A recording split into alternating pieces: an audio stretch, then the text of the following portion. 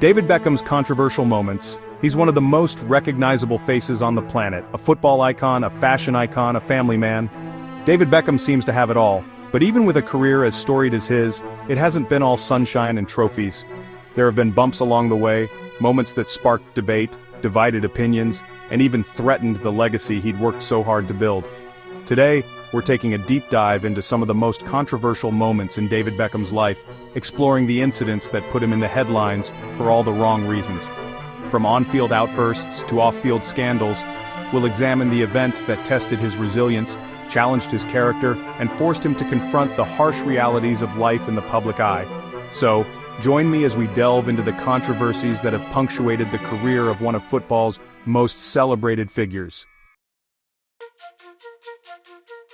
Sent off and scorned, the 1998 World Cup red card, the 1998 World Cup in France.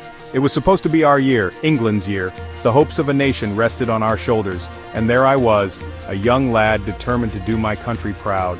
We faced Argentina in the round of 16. The atmosphere was electric.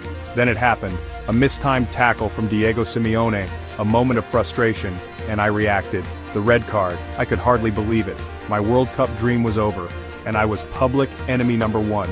The walk off that pitch, the weight of disappointment, is something I'll never forget. The reaction back home was brutal. Newspapers tore me apart, fans burned effigies. I was blamed for England's exit. The criticism was relentless. It was a dark time, one of the lowest points in my life. But even in the face of such adversity, I knew I had to come back stronger. I used the experience as fuel, a motivation to prove my doubters wrong. The 2002 World Cup offered a chance for redemption, and bury them I did. That penalty against Argentina, the roar of the crowd, the feeling of vindication. It wasn't just about scoring a goal, it was about redemption. The 1998 World Cup was a turning point in my career. It taught me about resilience and the importance of never giving up. It was a harsh lesson, but one that ultimately made me stronger. Weathering the storm, the Rebecca Loux scandal. Being in the public eye, you come to expect a certain level of scrutiny. But nothing could have prepared me for the media frenzy that erupted in 2004.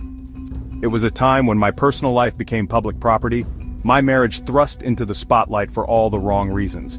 Rebecca Loux, my former personal assistant, made allegations of an affair. The tabloids went into overdrive, the headlines screaming my infidelity to the world. It was a surreal and incredibly difficult time, not just for me, but for Victoria and our family. The allegations were incredibly hurtful, not only because they were untrue, but because they threatened to undermine everything we held dear. My family is my rock, my foundation, and to see them dragged through the mud was incredibly painful. I denied the allegations vehemently. They were ludicrous, a complete fabrication. Thankfully, Victoria knew the truth.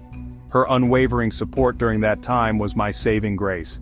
We faced the storm together, stronger because of it. The scandal was a stark reminder of the power and invasiveness of the media.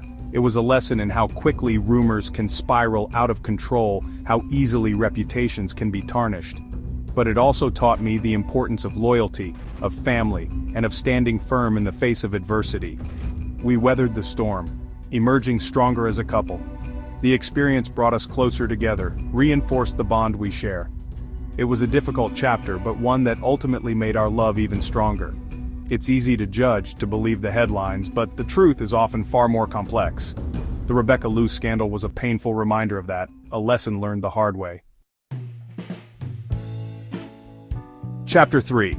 A Question of Ethics. The Qatar, 2022. Controversy. The 2022 World Cup in Qatar was a tournament mired in controversy, and my decision to become an ambassador for the event thrust me into the heart of the storm. It was a decision that sparked debate, divided opinions, and led to accusations of hypocrisy. Qatar's human rights record had been heavily criticized in the lead-up to the tournament, particularly its treatment of migrant workers and its stance on LGBTQ+ rights. My involvement, therefore, was seen by some as condoning these practices, as prioritizing financial gain over ethical considerations. I understood the criticism.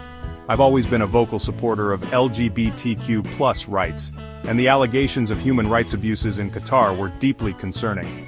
But I also believed in the power of football to be a force for good, to bridge divides and promote positive change.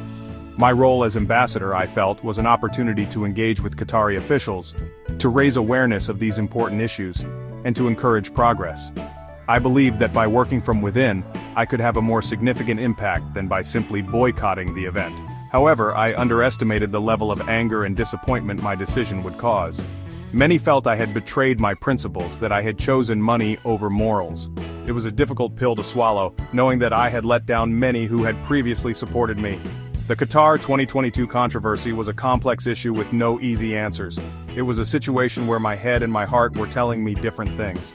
Ultimately, I believed that my involvement could have a positive impact, but I accept that many saw it differently. It was a decision that I have reflected on deeply, and it has undoubtedly shaped my perspective on the responsibilities that come with having a platform. Chapter 4. The Leaked Emails, a Knighthood Denied. In 2017, the Football Leak scandal sent shockwaves through the sporting world, and I found myself caught in the crossfire. Leaked emails, allegedly written by me, were published online, painting a less than flattering picture of my character and motivations. The emails, if they were to be believed, suggested that I was consumed by the desire to receive a knighthood, and that I was furious at being repeatedly overlooked for the honor. They also implied that my charitable work, particularly with UNICEF, was, at least in part, motivated by a desire to bolster my chances of receiving the accolade. To see my private correspondence splashed across the internet, taken out of context and used to paint me in a negative light, was incredibly frustrating. It felt like a betrayal, a violation of my privacy. My team maintained that the emails were doctored, taken out of context to create a false narrative. While I was undeniably ambitious, the suggestion that my charitable work was anything other than genuine was deeply hurtful. The scandal undoubtedly tarnished my reputation in the eyes of some. It sowed seeds of doubt about my true motivations, casting a shadow over my philanthropic endeavors. It was a difficult period, having to defend my character and my commitment to causes I truly believed in. Despite the negativity, I refused to let the scandal derail my charitable work. I knew the truth, and those closest to me knew the truth. The experience only strengthened my resolve to continue using my platform for good, to make a tangible difference in the lives of others. The leaked email scandal was a stark reminder of the importance of discretion, of the dangers of putting anything in writing that you wouldn't want the world to see. It was a lesson learned the hard way, but one that ultimately reinforced my commitment to my values.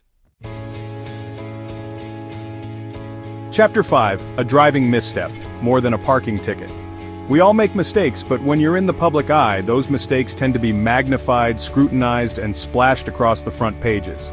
That's certainly what happened in 2018 when I was caught using my phone while driving. It was a stupid mistake, one I deeply regret. There's no excuse for using your phone while driving, and I should have known better. I was pulled over, and rightly so. The law is the law, and no one is above it, least of all someone in my position. I pleaded guilty to the offense and accepted the consequences, which included a driving ban. It was a humbling experience, a reminder that even seemingly minor infractions can have serious repercussions. The incident attracted a lot of negative attention, and understandably so. I was in a position of influence, and my actions sent the wrong message, particularly to young people who looked up to me. I apologized publicly for my actions and accepted full responsibility. It was important to me to show that I understood the severity of my mistake and that I was committed to learning from it. The incident, while embarrassing, served as a valuable lesson. It reinforced the importance of responsible driving, of setting a good example, and of being accountable for your actions. We all make mistakes, but it's how we learn from those mistakes that defines us. The driving ban was a wake-up call, a reminder to always be mindful of my actions and the impact they can have on others. Outrow beyond the headlines, the enduring legacy of David Beckham. Looking back on my career, both on and off the pitch, it's clear that it hasn't been without its challenges. I've made mistakes, faced controversies, and weathered my fair share of storms. But through it all, I've learned, grown, and come out stronger on the other side.